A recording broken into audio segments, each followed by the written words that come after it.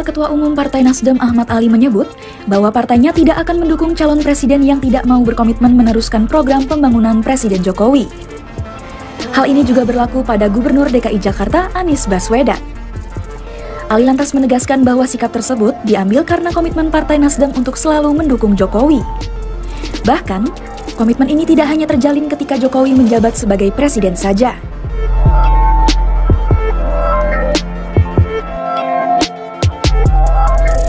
Ali mengatakan bahwa Jokowi selama ini tidak pernah membatasi siapapun menjadi capres.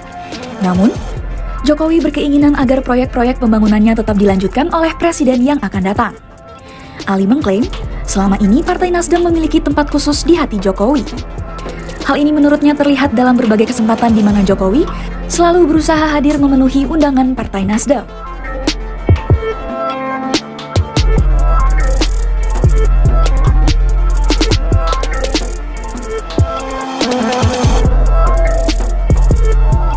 Sebagai informasi, Rapimnas Partai Nasdem sebelumnya menghasilkan 3 nama untuk dicalonkan menjadi capres, yaitu Anies, Gubernur Jawa Tengah Ganjar Pranowo, dan Panglima TNI Jenderal Andika Perkasa.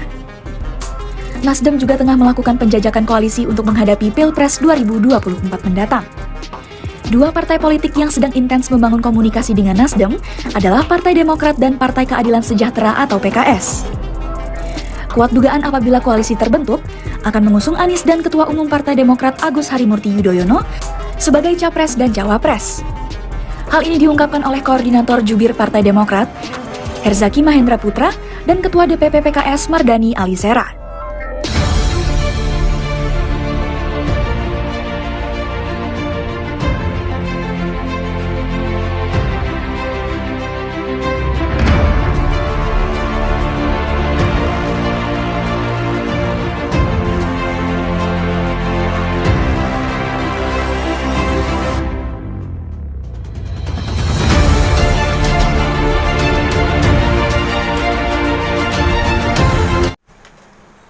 Bismillahirrahmanirrahim.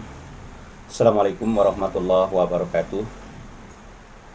Sahabat HS Official yang dirahmati Allah Subhanahu wa Ta'ala, seperti biasa kita akan membahas topik-topik yang aktual, kekinian, dan juga viral. Pada kesempatan kali ini saya ingin membahas tentang pernyataan dari Wakil Ketua Umum Partai Nasdem, yaitu Ahmad Ali, yang menyatakan bahwa ada kemungkinan Partai Nasdem tidak jadi mencalonkan Anies Baswedan apabila Anies ini tidak melanjutkan program-program Jokowi. Termasuk di sini tentu saja kereta api cepat Jakarta-Bandung dan juga ibu kota IKN. Nah, sahabat sekalian, dengan pernyataan ini tampaknya kemungkinan Anies Baswedan dicalonkan oleh Partai Nasdem itu bisa buyar.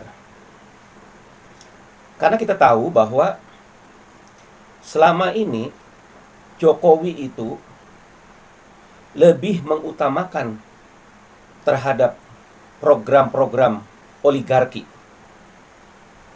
Terutamanya adalah oligarki neokomunis. Bahkan Jokowi ini rela untuk mengorbankan rakyat demi memenuhi kepentingan oligarki. Ini tentu saja menjadi sangat berat bagi Anies Baswedan apabila keinginan dari Partai Nasdem ini dipenuhi secara utuh. Ini sangat berbeda dengan pernyataan-pernyataan sebelumnya. Oleh karena itu, sahabat sekalian, bisa jadi pertemuan antara Surya Paloh dengan Puan Maharani, yang kata Surya Paloh itu akan diwujudkan dalam program yang nyata, ini barangkali memang tepat, memang akan dilaksanakan. Jadi bisa jadi Partai Nasdem itu tidak jadi mengusung Anies dan berkoalisi dengan PDIP. Bisa jadi capresnya adalah Puan Maharani, wakilnya adalah Erick Thohir. Nah, ini kita perlu sadari tentang perubahan peta politik ini, supaya kita tidak terlena, tidak terbuai menyatakan bahwa Anies sudah aman. Apabila Partai Nasdem ini tidak jadi mencalonkan Anies, maka Anies masih belum aman. Kita tahu bahwa Partai PKS itu suaranya baru 8,21%. Sedangkan Partai Demokrat itu baru 7,77%. Jadi apabila digabungkan, itu baru 15,9%. Nah, tentu saja ini belum bisa memenuhi ambang batas 20%. Tentu saja kita harus berpikir keras lagi bagaimana supaya Anies bisa maju sebagai capres, ya, yaitu dengan berkoalisi satu partai lagi, sehingga ambang batas 20% itu bisa terpenuhi. Mudah-mudahan sahabat sekalian, P3 yang baru-baru ini telah mendepak ketua umumnya, yaitu Suharso Manoarfa, dan sekarang telah digantikan oleh penggantinya, dan langsung mereka itu menyatakan mendukung Anies Baswedan. Suara P3 itu 4,52%. Jadi apabila P3 ini bergabung dengan PKS dan juga Demokrat, maka jumlahnya itu 20,5%. Sehingga bisa memenuhi syarat ambang batas. Namun demikian, sahabat sekalian, dinamika politik itu sangat dinamis, sehingga kita belum tahu ke depannya. Karena diberitakan bahwa Nasdem ini akan mengumumkan capresnya itu pada 10 November. Bisa jadi dicalonkan, bisa juga tidak. Apabila persyaratan Nasdem ini harus mengikuti semua program Jokowi, ini tentu saja sangat berat bagi umat Islam. Karena kita tahu bahwa Jokowi itu lebih condong kepada oligarki, terutama oligarki komunis, daripada kepada rakyat. Nah, apabila Anies ini mengikuti keinginan Nasdem, maka kemungkinan banyak umat Islam yang tidak setuju. Mudah-mudahan apabila Partai Nasdem ini tidak jadi mengusung Anies Baswedan, maka ada satu partai lagi yang akan berkoalisi dengan Demokrat dan PKS sehingga memenuhi ambang batas.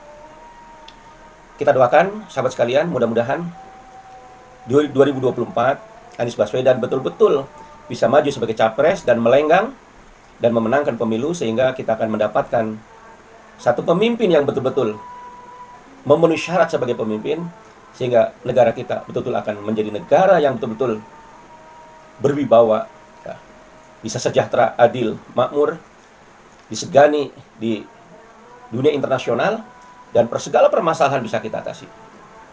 Kita doakan mudah-mudahan ada kabar baik untuk Anies Baswedan. Sampai ketemu di lain kesempatan. Terima kasih. Assalamualaikum warahmatullahi wabarakatuh.